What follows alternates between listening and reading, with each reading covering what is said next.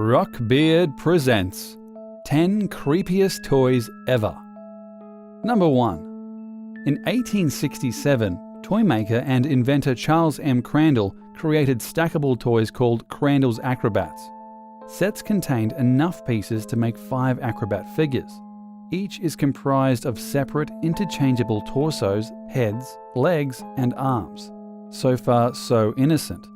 But why then did he make them look so freaking terrifying? Let's play a word association game. Look at these faces and say the first thing that comes to mind. If you answered child molester, you win. Like the circus wasn't frightening enough already. Number 2. Charles Lee Ray, Chucky to his friends, is the main antagonist in the Child's Play and Chucky film series.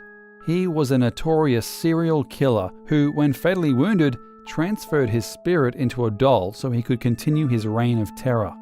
Chucky is one of the most iconic horror villains of all time, and has even won an MTV Movie Award.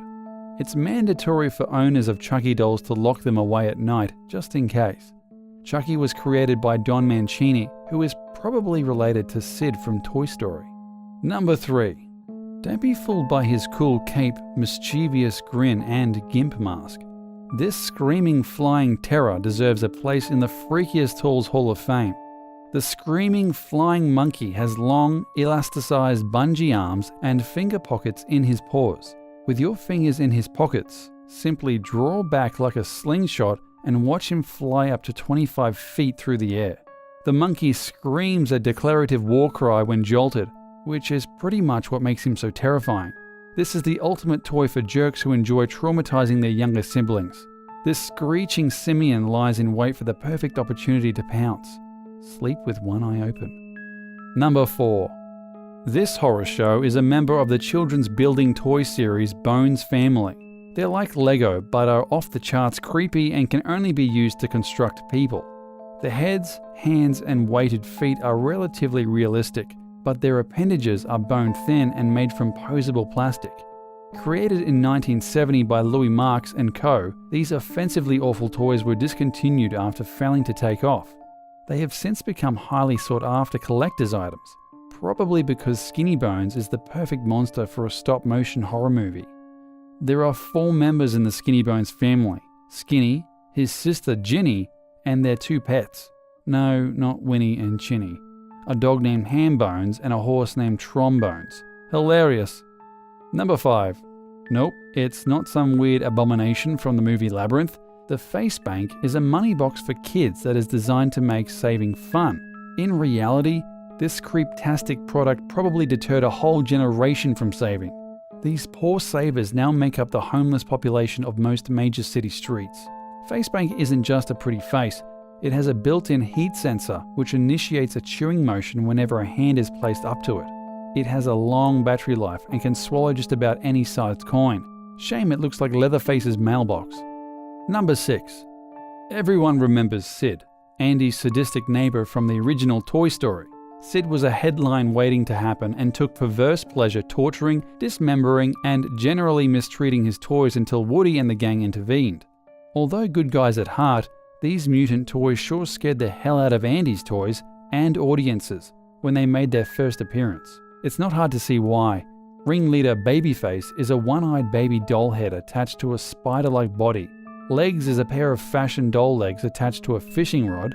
And Hand in a Box is a Frankenstein-like hand that's been jammed into the spring of a Jack-in-the-Box.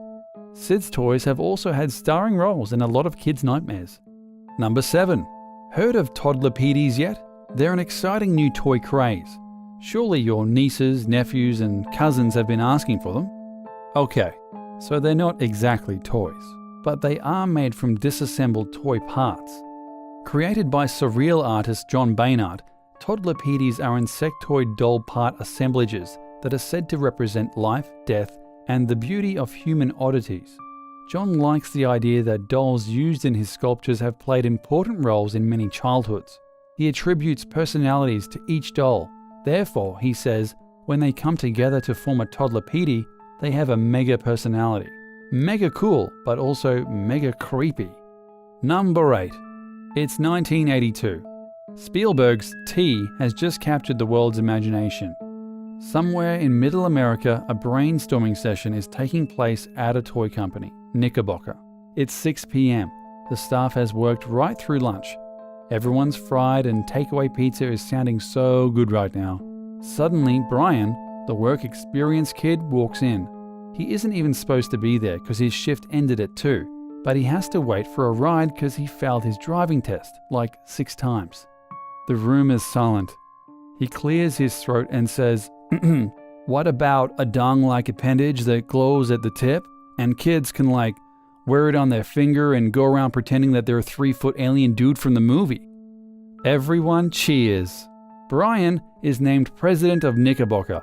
Some movie merchandise is so good it practically sells itself, but only during the cocaine-fueled haze of the 80s would this weird and incredibly suggestive toy have seemed like a good idea. Number 9. Furbies are robotic plush toys from the 90s. They're a cross between hamsters, owls, and, I don't know, there might be a bit of Gizmo from Gremlins in there somewhere. They were the must-have toy from 1998 to 2000 and were popular for their, at the time, revolutionary artificial intelligence. Initially, Furbies speak only in their unique gobbledygook language called Furbish. This is kind of like how demons are often depicted speaking Latin. Am I saying there's a correlation there? I'm not saying that. Number 10. Jolly Chimp is a brand of cymbal-banging monkey, a toy that's been around since the 1950s. When activated, they come alive, banging their cymbals together in an attempt to steal your soul. Presumably they were ripped straight from the underworld, but the official credit for them goes to Japanese toy manufacturer Daishin CK. Daishin gave them the name Musical Jolly Chimp because they look so freaking jolly, right? I mean, I'd hate to see what Angry Chip would look like.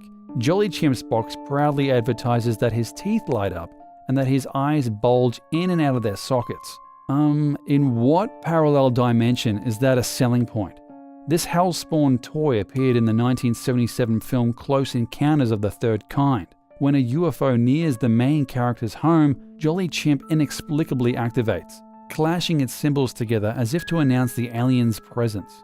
Spooky.